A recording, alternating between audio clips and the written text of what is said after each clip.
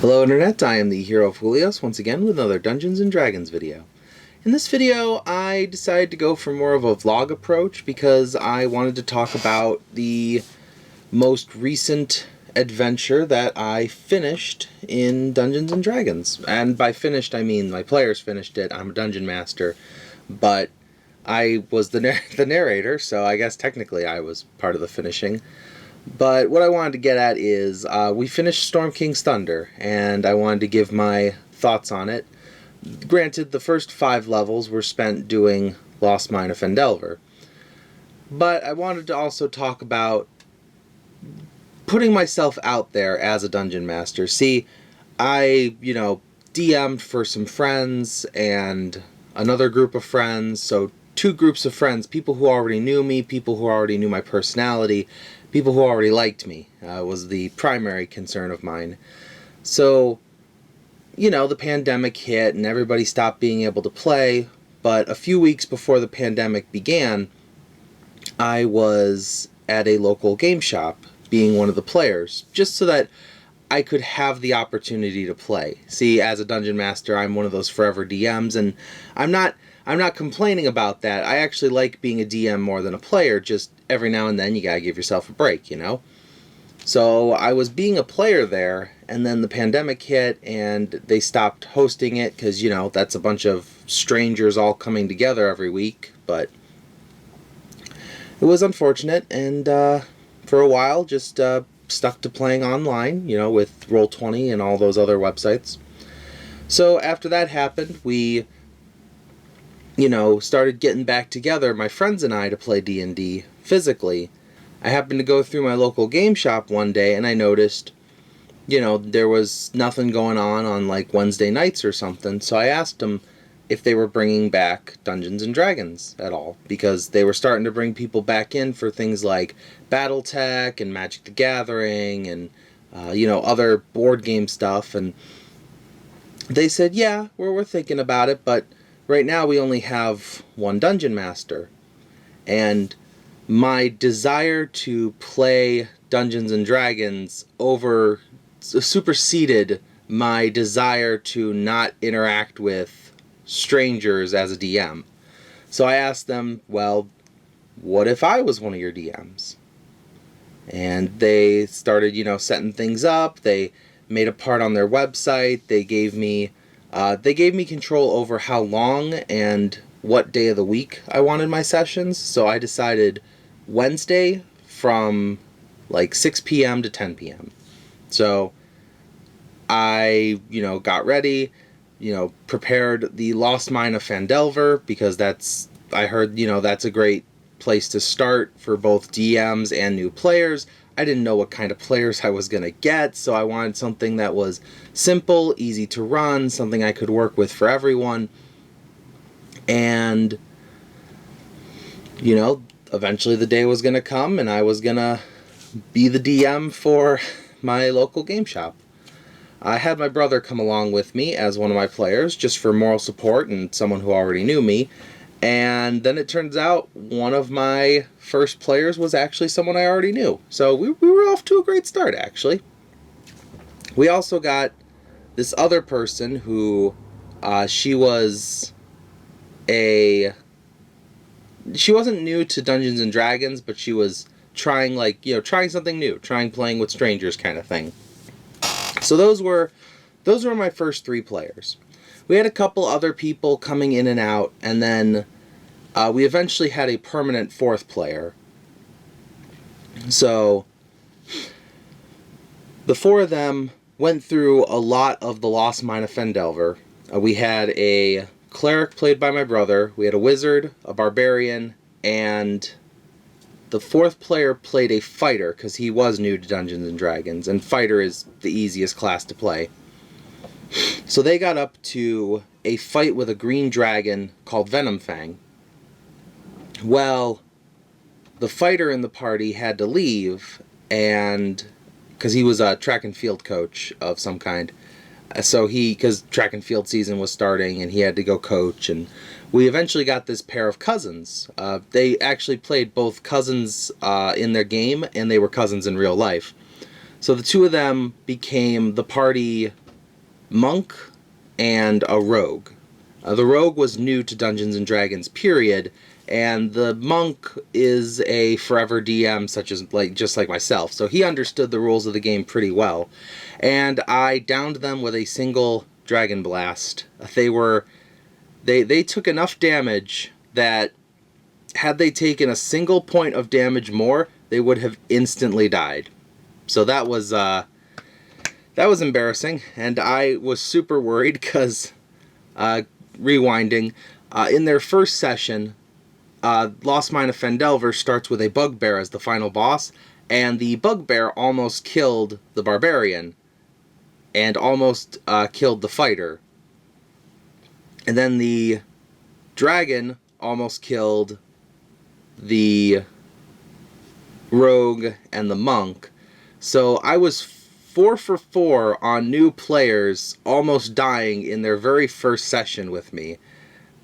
As a result, I was super scared. I was super worried that I was giving off killer DM vibes because, you know, I've read RPG horror stories. I've listened to some, you know, YouTubers and stuff who read the stories, and I was worried that I was going to be marked as a killer DM, but since then, they've pretty much overcome almost everything I've thrown at them, and they've grown together as a group. We even have a text chat now, so these total strangers have become friends.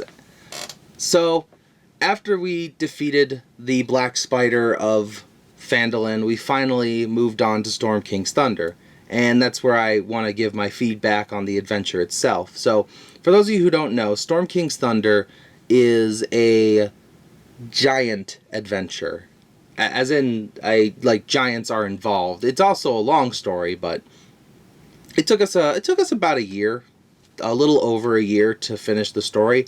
But that's because my players liked to do every side quest. They wanted to take on every giant lord. But I would say my feedback for the adventure itself is that the giant lords don't really have a motivation once the Storm King is found. So I should probably say that this is going to be spoilers for Storm King's Thunder. I'm going to talk about anything and everything that comes to mind. But the adventure starts off in one of 3 random starting locations. I believe Golden Fields is being attacked by hill giants. Some other place is being attacked by stone giants, I think. And then Tribor, which was being attacked by fire giants. So that's where my players started. I used the map from Lost Mine of Phandalin to be the connecting point to get them to go to Tribor. They went to Tribor, the fire giants attacked, and my players began their personal vendetta against fire giants.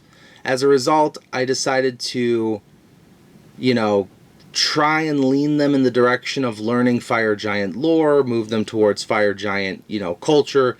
It actually worked out for me because a lot of their random encounters ended up involving either orcs or fire giants, which are... The orcs seem to be more connected to the fire giants than any of the other types. Maybe some hill giants, but they weren't in that region.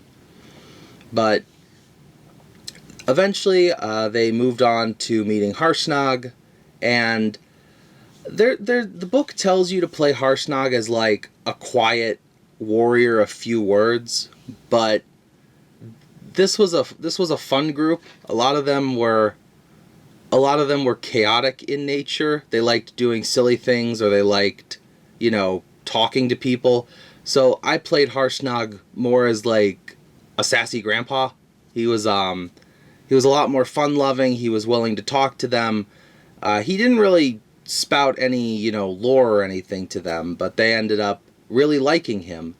So when the time came to fight Imrith, it was a hard hit for them, because the dragon showed up and they fought against her. And even though there were 6 of them, because the fighter, he came back to play as a monk, because the monk in the party had become a warlock at this time. But I'll get to that in a minute. When Harsnag fought and sacrificed himself to keep the dragon from hunting them down and eating them, they took it personally, and it didn't shift the mood of the campaign. They were still silly and fun-loving, but frost giants became a separate entity to them. They were more interested in avenging Harsnag and taking care of this dragon. This dragon finally became an official enemy of theirs. So after they got to the Eye of the Allfather, they met and fought Imrith, and they basically learned that the directions they needed to take were multiple choices. They could either go after the hill giants, the frost giants, the cloud giants, or the stone giants. Unfortunately, despite their vendetta against the fire giants themselves, they did not find any artifacts from the barbarians' camps that they went to. They went to almost every barbarian camp except the ones whose artifacts would tell them where the fire giants are. But that's okay, because they decided to just start from the bottom of the Ordning. They would get the conch, and after they saved the king, they'd go back and take care of all the other giants, not just fire giants, going up the rungs of the ladder until they got to cloud giants. This is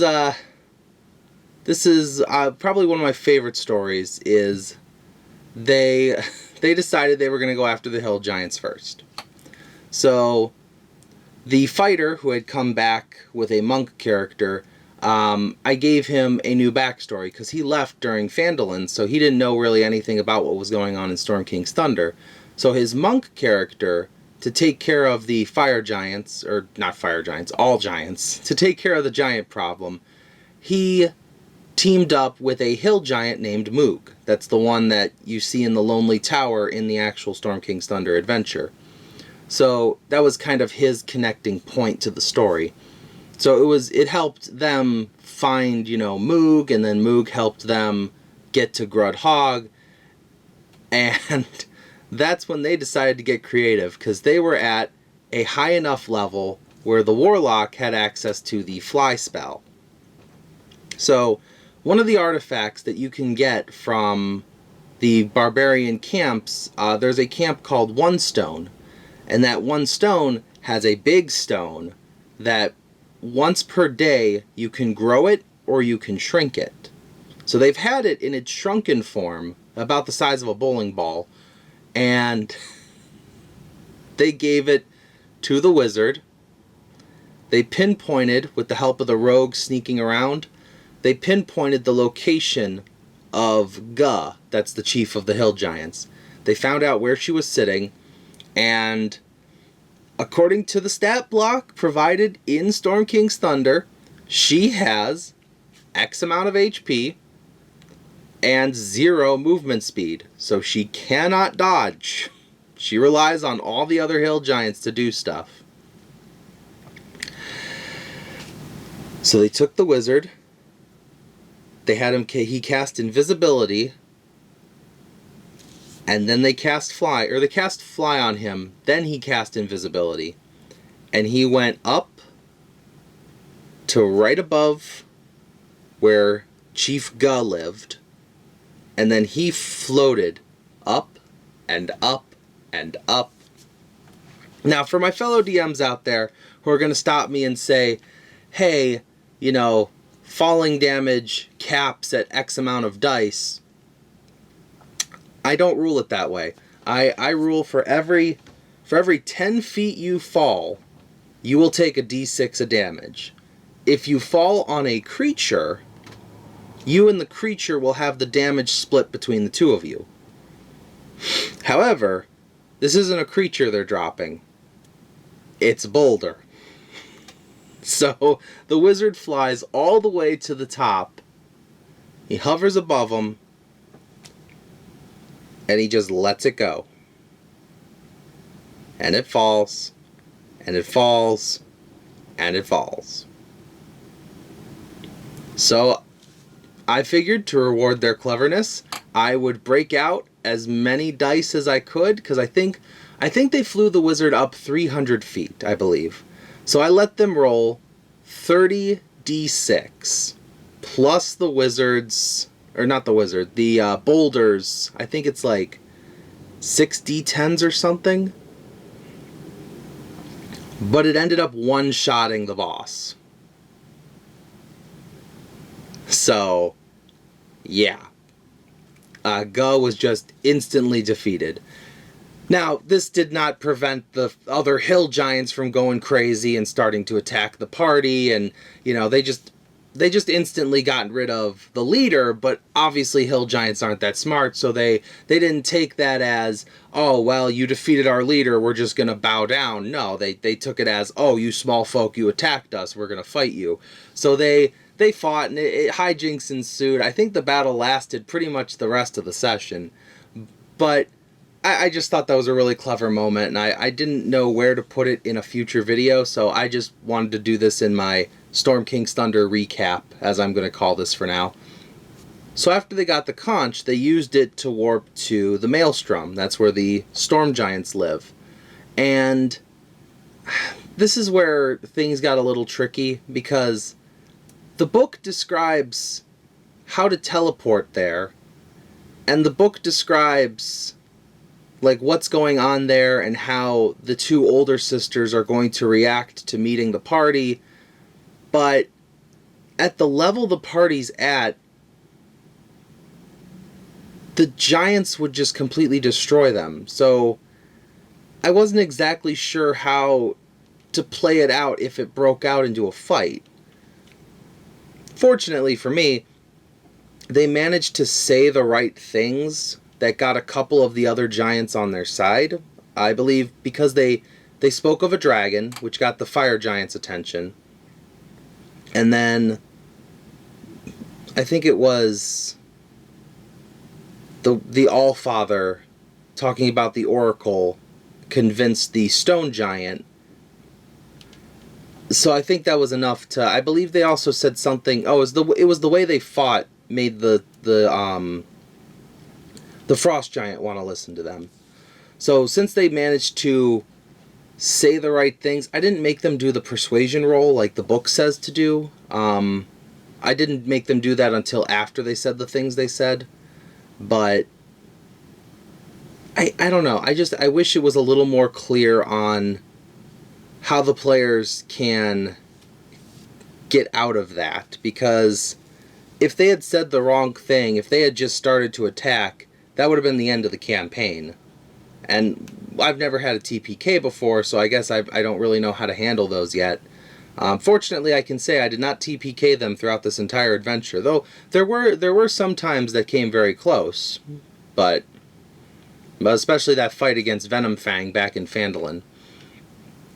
But for the most part, it was a pretty tense situation that eventually resulted in Imrith being outed. She tried to take the staff, and it was actually it was an amazing like last second grab from the players just as she was jumping into the whirlpool to get away from the storm giants. They managed to swipe it out of her hand, because I think it was I had her strength contested against the barbarians, and she beat her by like 2 points. And that was enough to get the staff out of her hand, return it to the princess, and allow her to not be paralyzed for the entire campaign. So that helped them earn a lot of points for the storm giants. So with the princess's blessing, they go to the casino, they learn the location of the boat that King Hecaton is on, they go there, they save him, they leave before the Kraken can show up, which... It's interesting that it says they have an entire hour before the Kraken shows up. Like, what player, after they've saved the king, is gonna stay there for longer than an hour? I mean, unless they really decided to short rest there. But again, they have a magic conch that can teleport them back to the Maelstrom. They have the guy they came to save, so why would they do that?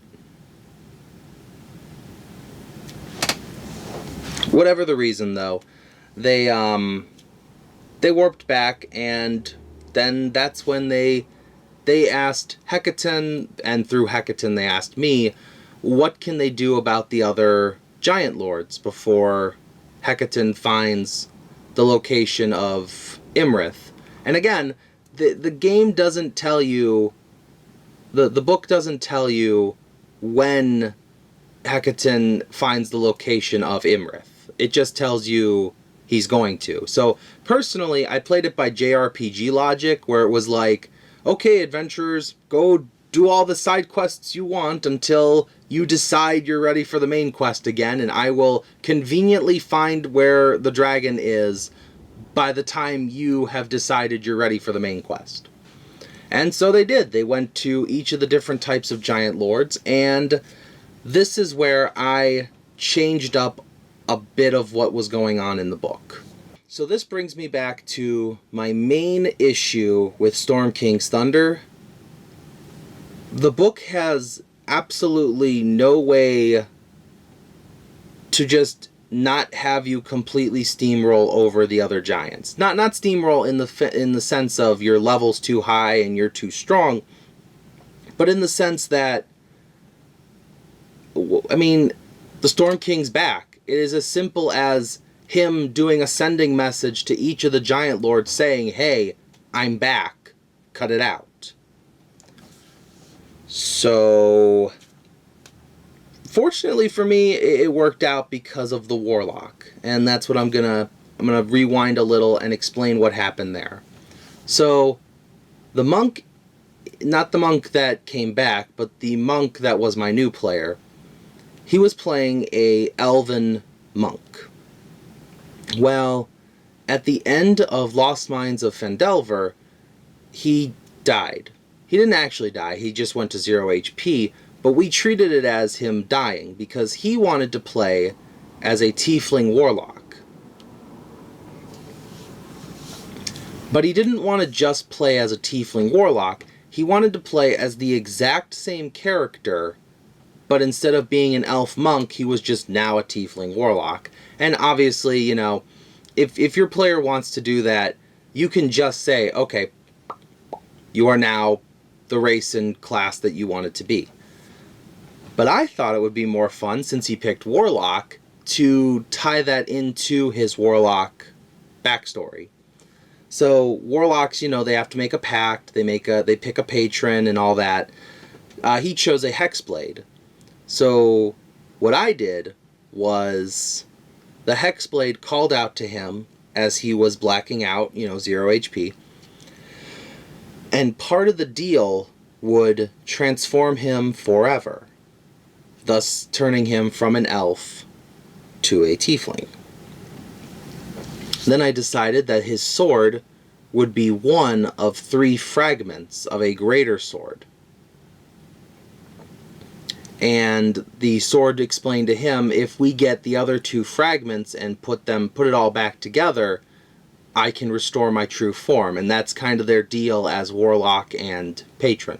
So restore me to my final form, and I will grant you abilities as you level up. Inevitably, it would become a whole nother side quest to find the other fragments of the swords.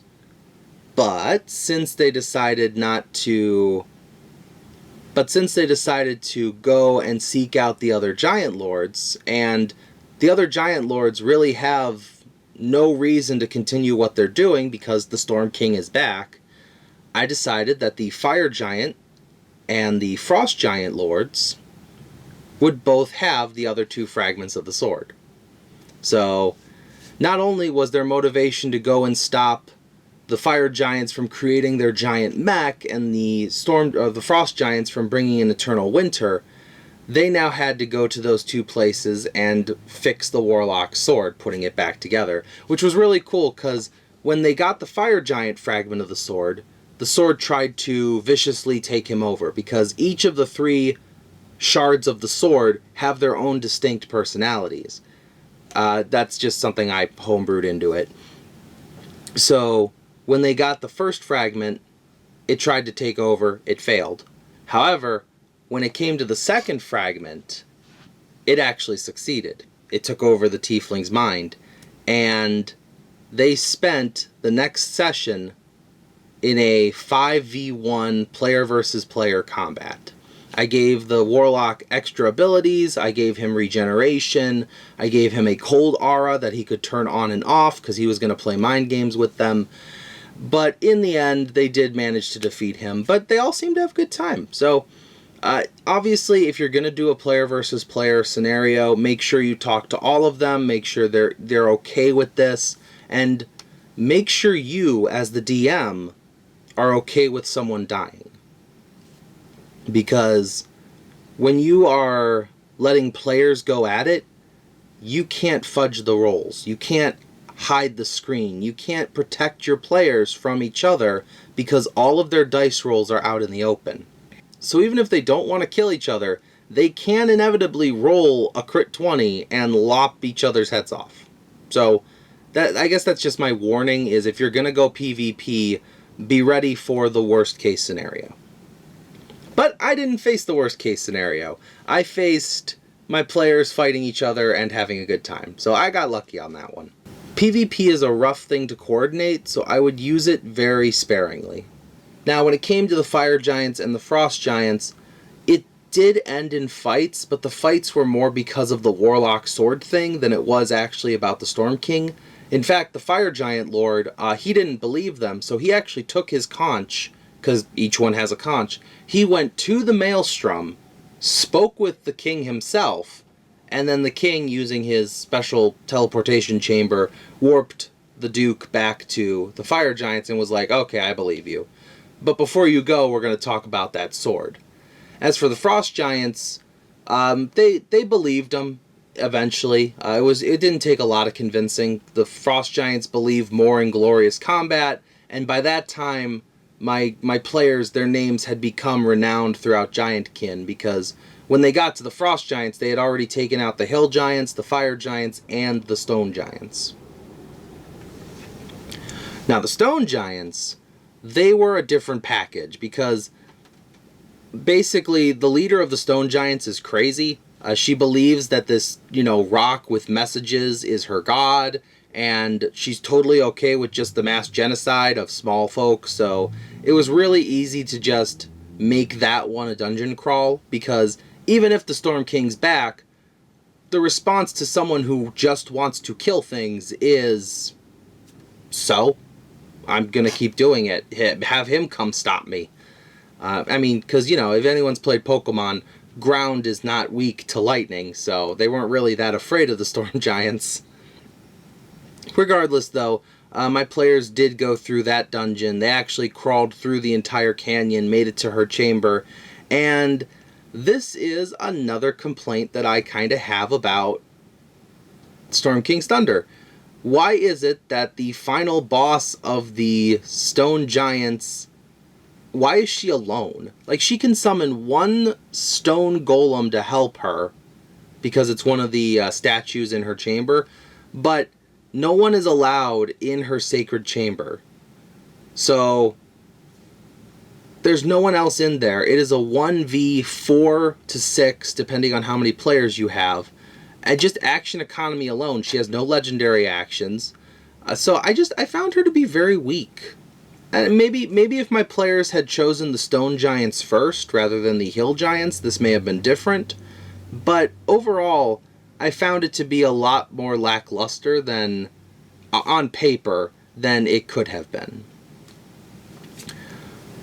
Finally, given all the context of everything else going on, I kind of just had the Cloud Giants swept under the rug. Like, it was just sort of, they contacted the Cloud Giants said, what do you want? They said, hey, stop doing what you're doing, Storm King's back, and at that point, I don't know, the way I saw it was, the Cloud Giants are the second highest in the ordning. This was an opportunity to take one position up, but if the Storm King's back, then what's the point, Might as well just stay a second and wait until he passes away, wait until something else happens. So, they didn't really get to do anything with the Cloud Giants, and in hindsight, I wish I kind of did that different. I wish I had at least given them an opportunity to fly up to the Cloud Giant Castle, maybe meet with the giant leader in a different way rather than just magical communication. So that's probably my only regret, like actual regret for this campaign, is I didn't make a more grandiose use of the cloud giants. But with that and all the backstory stuff taken care of, we finally moved on to the final boss, Imrith. We made a big deal of it because the final boss happened to line up with two of my players' birthdays, and then another player's birthday was like 2 days later. So it lined up really nice that we had a big celebration, we had pizza, we had drinks, we had chips, and I built a cardboard coliseum. I mean, it wasn't really that impressive, but it was fun to do, and I would like to do that again, maybe for the next final boss that they fight. But the battle took 5 hours. Took 5 hours. And my recommendation, my only feedback from that fight, it says the trebuchets start attacking 1,000 feet out. Find some way to expedite that, because they spent 10 rounds of combat running, and because they all had different movement speeds, the cleric was barely able to actually participate in the first few rounds of real combat. Another thing I would say is remember to use your regional effects, like the layer actions, because I forgot to use those for Imrith. It's okay though, she did manage to be a real fight. Because the biggest thing I did for her, knowing how much damage my players can do in a single turn, I maxed out her health. I did a video a while back about what to do when you want to make a single monster a boss battle, and that was actually one of my recommendations, is you should definitely max out the HP. So she went from 490 something to 730 something health. She was a beefy girl, and they still managed to beat her. So, but I actually got really lucky on my dice rolls, because she got her lightning breath almost every round. Because every time I would re-roll her recharge, I got a 5 or a 6. So that was really cool. But overall, it was a very satisfying campaign. It was a lot of fun, and I know this has been a very long and roundabout way of doing this, but if you are looking for something to do, if you are looking to meet new people, make new friends, or if you just have an itch for Dungeons & Dragons, but you're tired of people not being able to make it on time or people canceling on you, do a local D&D at your game shop, whether it's as a player or as a dungeon master. In fact, I would even recommend trying as a dungeon master, even if you just do a one-shot. But I would recommend at least having one of your sessions be at a game store. You can meet new people, hopefully you make some good friends like I did, but you'll be able to have a guaranteed once a week, because the best part about doing Dungeons & Dragons at a game shop was the fact that everyone always knew that they could make it, or they wouldn't have signed up for a weekly Dungeons & Dragons game in the first place. So that was probably the coolest part. Not to say I didn't have players who couldn't make it now and then, but for the most part, everyone was there every single week. We got, I think, only 4 weeks where no one could make it, and that was because of major storms during the winter, or because one time I got sick, and I'm the DM, so I do have to cancel the whole thing if I get sick. But for the most part, this was a very enriching experience. So I'm very glad I did it, and they're actually, some of them are keeping their characters, some are making new ones, but we are moving from this into the last parts of the Dungeon of the Mad Mage. So I'm looking forward to seeing how that works out, and how segueing into that one is going to go. So, thank you for watching as always, and I will see you in the next video. This is the Hero Fulios, Xing out.